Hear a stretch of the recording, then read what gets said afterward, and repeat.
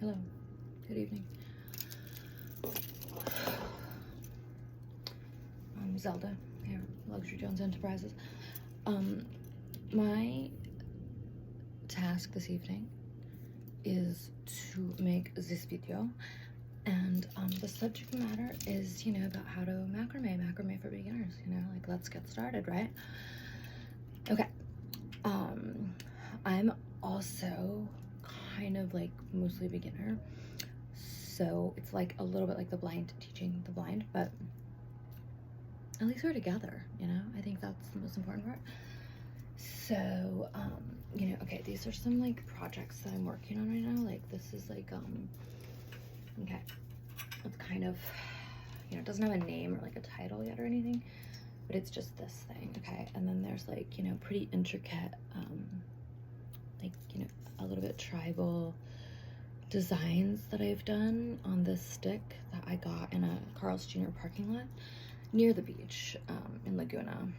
Not quite on the beach, but then I just, you know, I just went ahead and put like these kind of, you know, screws in the ends. Just I drilled a little hole with my drill, and I mean, yes, I have a drill. I mean, you know, just because I look like this doesn't mean I can't do things around the house. And then I, you know, just went put them in, and then I just tied a little string, and I don't know what I was gonna do with it. I was like, just gonna figure it out, and I have. You know, this is what I figured out, is whatever is going on here, you know. So this exquisite piece is just, you know, you never exactly know when they're done until you like know when they're done. So and then this one I made for like my sister-in-law for Christmas, but then didn't finish in time. So I'm either gonna give it to her now, like when it's finished, or not, like wait till next Christmas. I don't know.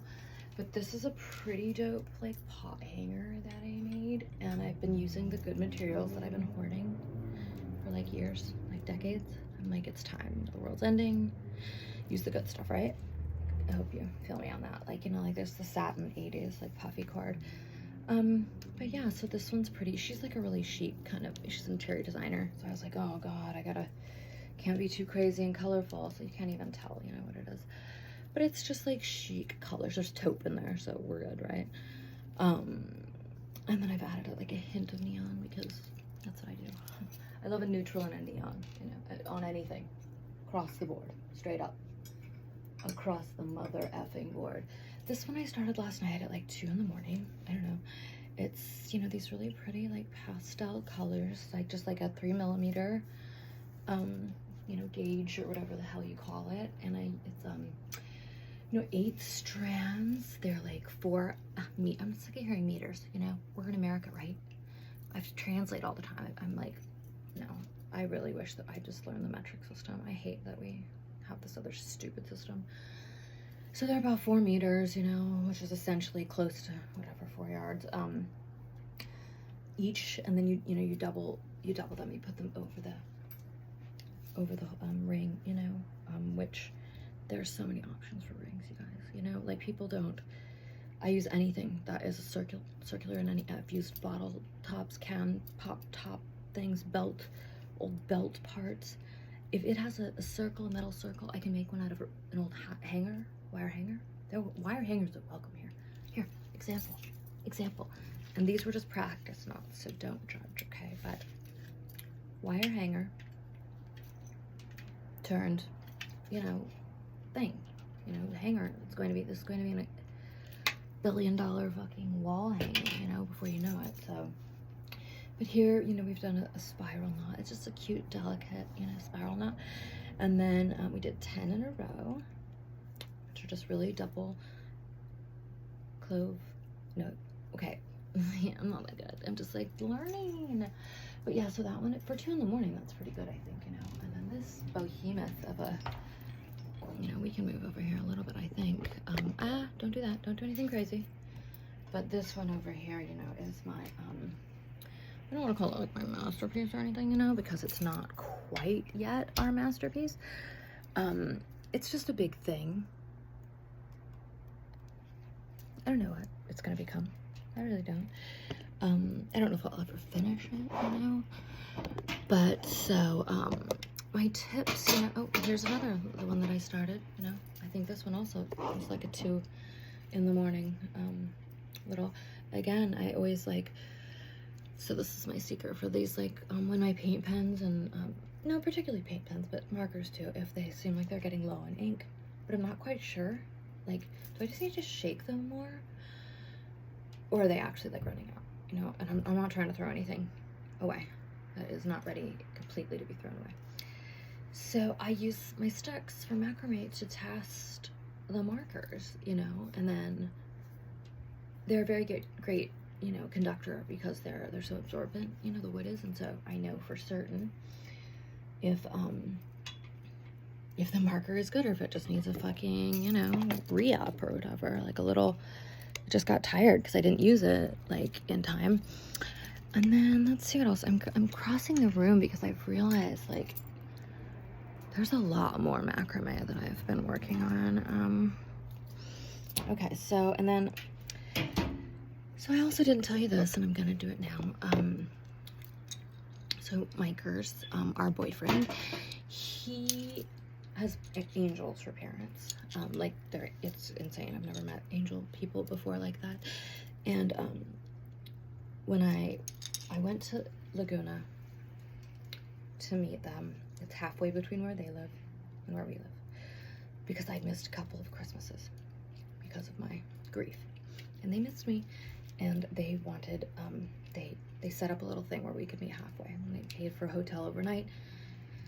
Very, very generous and sweet and kind, and that's where I got this one stick that they saw me pick up in the Carl Jr. parking lot. So this Christmas, we're all opening it.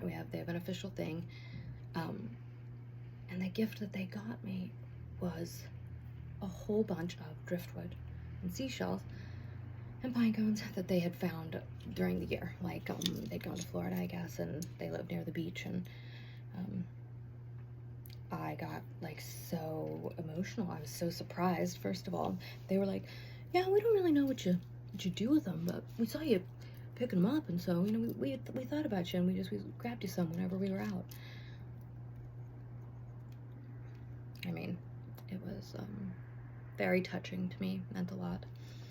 The best present I've gotten in years, since Jerry Lewis Mikers got me the Jerry Lewis shirt.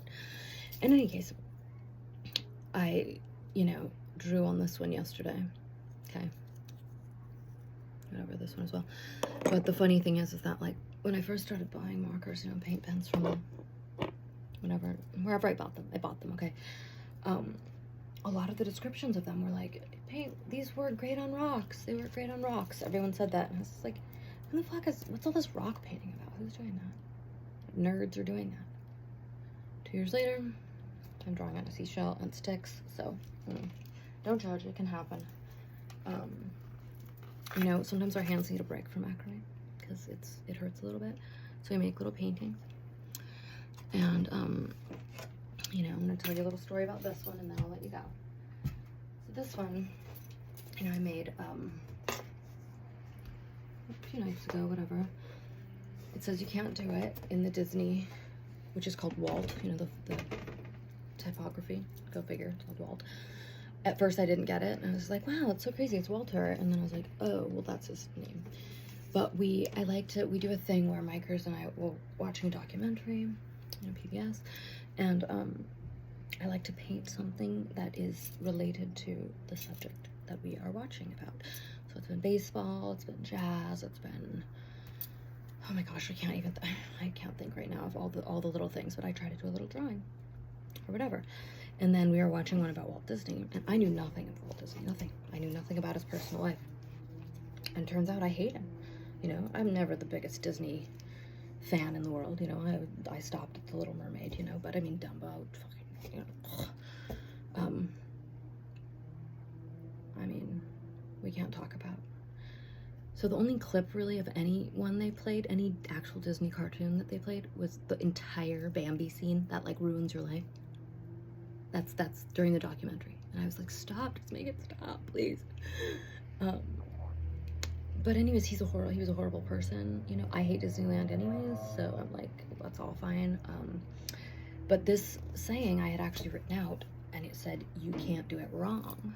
I had it ready to go, because that's some advice that I've heard from, well, my ex-husband said it to me first, and And then now I hear it kind of a lot in the, you know, Eastern philosophical things that I'm into. But the first time I heard it, it hit me like a ton of bricks. Like I'd never conceived of that notion, you know. What a thought. You can't do it wrong. Anything. You can't do it wrong. It was such a relief the first time I heard that. And so I wrote that out. But then as I'm writing this and I'm hearing Disney getting worse and worse and such a fucking Jew-hating bastard, I just decided to leave out the wrong. And I wrote, you can't do it, okay? And that's it. You know, I mean, this was supposed to be exclusively about macrame, but there's just too much to go into. If you really want tutorials from me, I would suggest not. But here's some Zen. I'll leave you a bit of Suzuki Roshi. Right? The beginner's mind. Could be the wrong Japanese person I'm naming right there. Fuck. God. In any case, the beginner's mind, you know, it's all great. It's great. You just gotta think like that, you know. It's very hard to be random. It's very hard to have a beginner's mind. Once you know how to do something, you know how to do it. And the fun's gone out of it, and you're not drawing like a 3-year-old brilliant genius magic person anymore. You know, you're drawing like a grown-up who's maybe trying to be, ooh, Basquiat. Ooh, you know, gonna be cool and random, you know. And it's very challenging, you know. So just like learn to do your knots, but don't get hung up on doing them just like that, you know. Or all those same exact patterns and same plant holders and wall hangings and whatever, you know. No, you don't have to do that. You don't have to do that. You can do whatever you want. Okay. We here, Luxury Jones Enterprises, you know what we support? Randomness. Okay. Random. Strange. Unexpected. Tinsel. Tinsel. Tinsel. How did you get there? We love polyester. Not just cotton. Not these fancy bitches just want cream, natural colored, undyed cotton. No, we like acrylic. We like plastic beads from the beauty supply store. Way cheaper than from the art supply store. You know, we just gotta just be fabulous. Have fun. You know what I'm saying? Okay. 2022. Let's get random, right? Alright, peace. See ya. Zelda. Out.